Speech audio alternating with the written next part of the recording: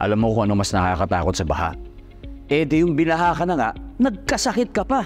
Kaya tandaan ang 3 tips na ito para iwas sakit kapag may pagbaha. Una, make sure na malinis ang tubig na iinumin. Pakuluan muna kung ito'y galing sa gripo dahil pwedeng meron itong contaminants mula sa baha. Pangalawa, lutuing mabuti ang mga gulay, karne, isda at iba pang pagkain.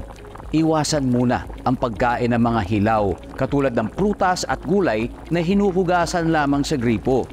At pangatlo, huwag lumangoy sa baha. Pwedeng makapulot dito ng kung ano-anong sakit katulad ng leptospirosis at diarrhea. O yan ha, huwag mo kalimutan yan. Stay safe mga kababayan. Dahil #panatag ang may alam.